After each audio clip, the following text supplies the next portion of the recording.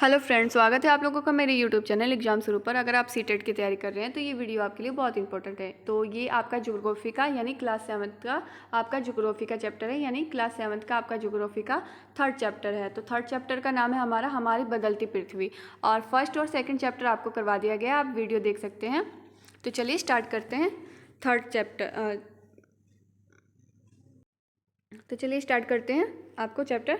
तो वीडियो शुरू करने से पहले अगर आपने मेरे चैनल को सब्सक्राइब नहीं किया तो आप मेरे चैनल को सब्सक्राइब कर ले, ताकि आगे भी आपको ऐसी वीडियो देखने को मिले। तो चलिए स्टार्ट करते हैं वीडियो। तो जैसा कि नाम है आपका थर्ड चैप्टर का हमारी बदलती हुई पृथ्वी। तो स्थलमंडल अपने प्लेटों में विभाजित है, इसे स्थलमंडलीय प्लेट कहते हैं। आपको ये जानकर आश्चर्य होगा कि ये प्लेट हमेशा धीमी गति से चारों तरफ घूमती रहती है, यानी प्रत्येक वर्ष केवल कुछ मिलीमीटर के लगभग, यानी बहुत ही कम समय के लिए पृथ्वी के अंदर पिघले हुए मैग्मा में होने वाली गति के कारण ऐसा होता है।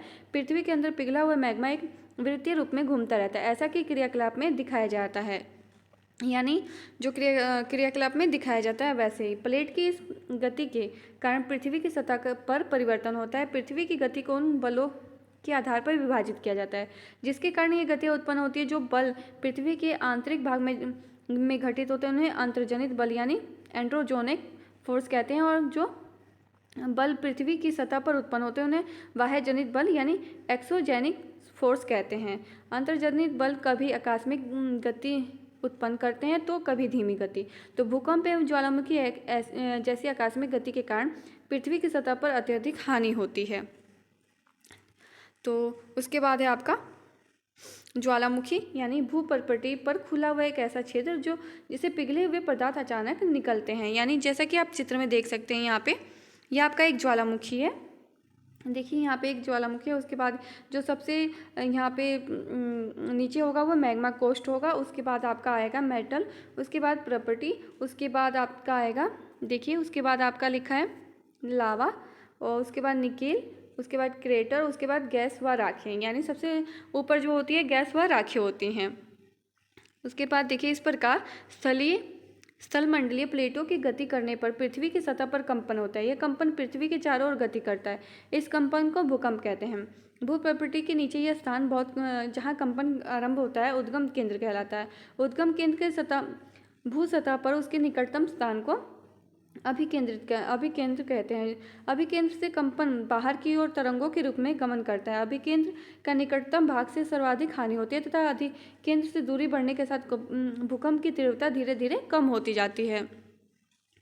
उसके बाद है देखिए, ये देखिए आपका यहाँ पे एक चित्र दिखाया गया है जिसमें लिखा है वह स्थान जहाँ भूकंप उत्पन्न होता है वह भूकंपीय ऊर्जा का उद्गम केंद्र होता है।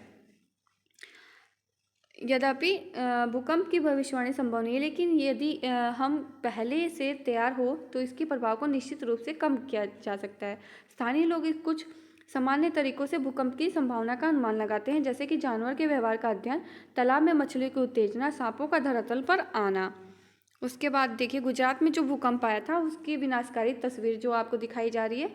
उसके बाद है आपका भूकंपिंग एक वस्तुनिष्ठ अध्ययन, यानी भुज से भूकंप के झटके, यानी 26 जनवरी 2001 को भुज शहर में रिएक्टर स्केल पर 6.9 की तीव्रता वाला भीषण भूकंप आया था।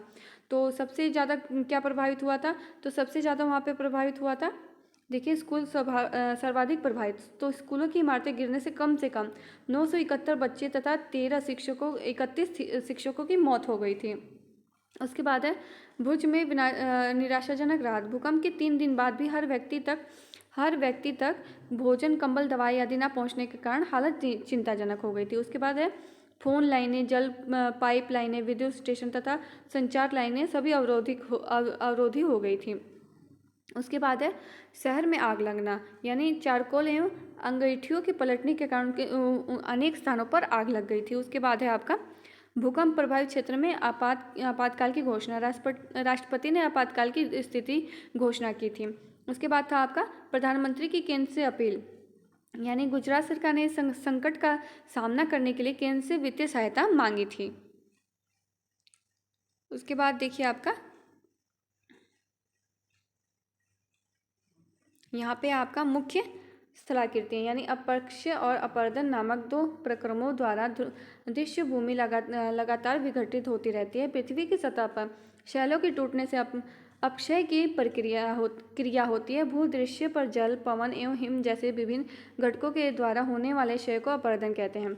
वायु, जल आदि अपरदित पदार्थ की एक स्थान से दूसरे स्थान पर ले जाते हैं और फलस्वरूप एक स्थान पर निरपेक्षित होते हैं। अपरदन और निरपेक्षण की ये प्रक्रम पृथ्वी के धरातल पर विभिन्न स्थलाकृतियों का निर्माण करते हैं।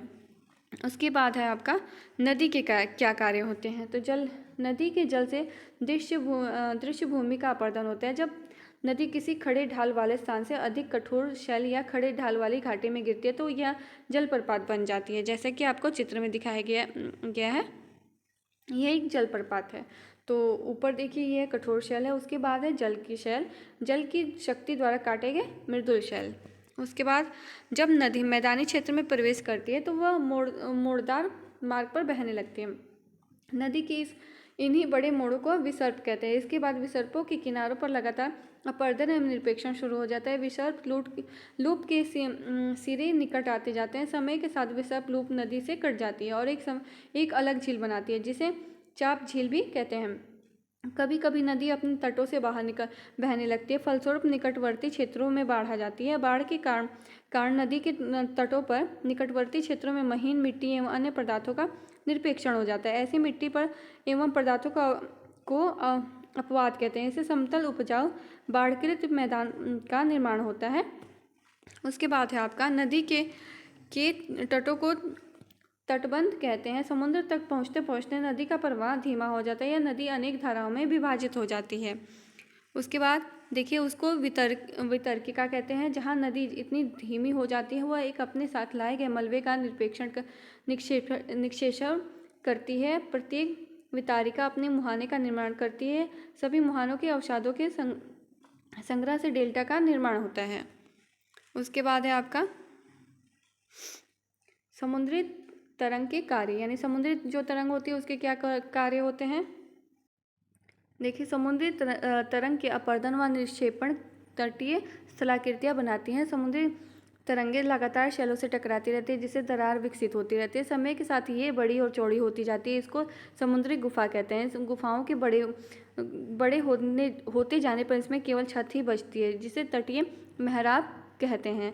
लगातार अपरदन छत को भी तोड़ देता है और केवल दीवारें बच जाती है। दीवार जैसी इन आकृतियों को स्टैक कहते हैं। समुद्री जल के ऊपर लगभग ऊर्ध्वाधर उठे हुए ऊंचे शैलीय तटों को समुद्री भृंगु कहते हैं। समुद्री तरंगे किनारों पर अवसाद जमाकर समुद्री पुलिन का निर्माण करते हैं। उसके बाद है हिमनद के कार्य। हिमनद के क्या कार्य होते हैं। तो देखिए हिमनद अथवा हिमानी बर्फ की नदियाँ होती हैं। हिमनद अपने नीचे की कठोर चट्टानों से गोलाश्मी मिट्टी और पत्थरों को अपरदित कर देती है और गोलाश्मी मिट्टी एवं पत्थरों से भूदृश्य का अपरदन करती है। हिमनद गहरे गतों का निर्माण करती है। पर्वतीय क्षेत्र में बर्फ पिघलने से उन गतों में जल भर जाता है और वे सुंदर झील बन जाती है। हिमनद के द्वारा लाए गए पदार्थ जैसे छोटे बड़े शैल, रेत व तलछट मिट्टी निक्षेपित हो जाती है। निक्षेप हिमनद हिमोड़ का निर्माण करते हैं। उसके बाद है पवन के कार्य। क्या आपने कभी रेगिस्तान देखा है। बालू टिब्बे के कुछ चित्र इकट्ठा कीजिए और अब देखिए रेगिस्तान में पवन अपरदन और निरपेक्षण का प्रमुख कारक है। रेगिस्तान में आप छत्रक के आकार के शैल देख सकते हैं, जिन्हें सामान्यतः छत्रक शैल कहते हैं। पवन शैल के ऊपरी भाग को अपेक्षा निचले भाग को आसानी से काटती है, इसलिए ऐसी शैल के आधार पर संकीर्ण विशेष विस्तृत होते हैं। पवन चलने पर वह अपने साथ रेत को एक स्थान से दूसरे स्थान पर पहुंचाती है। जब पवन का बहाव रुकता है तो ये रेत गिरकर छोटी पहाड़ी बनाती है, उसको बालू टिब्बा कहते हैं। जब बालू कण महीन एवं हल्के होते हैं तो वायु उसको उठाकर अत्यधिक दूर ले जाती है। जब ये बालू कण विस्तृत क्षेत्र में निरपेक्षित हो जाते हैं तो लोएस कहलाते हैं। चीन में विशाल लोएस निरपेक्ष पाए जाते हैं। अगर आपको मेरी ये वीडियो पसंद आए तो लाइक, शेयर, कमेंट और सब्सक्राइब करना ना भूलें। Thanks for watching.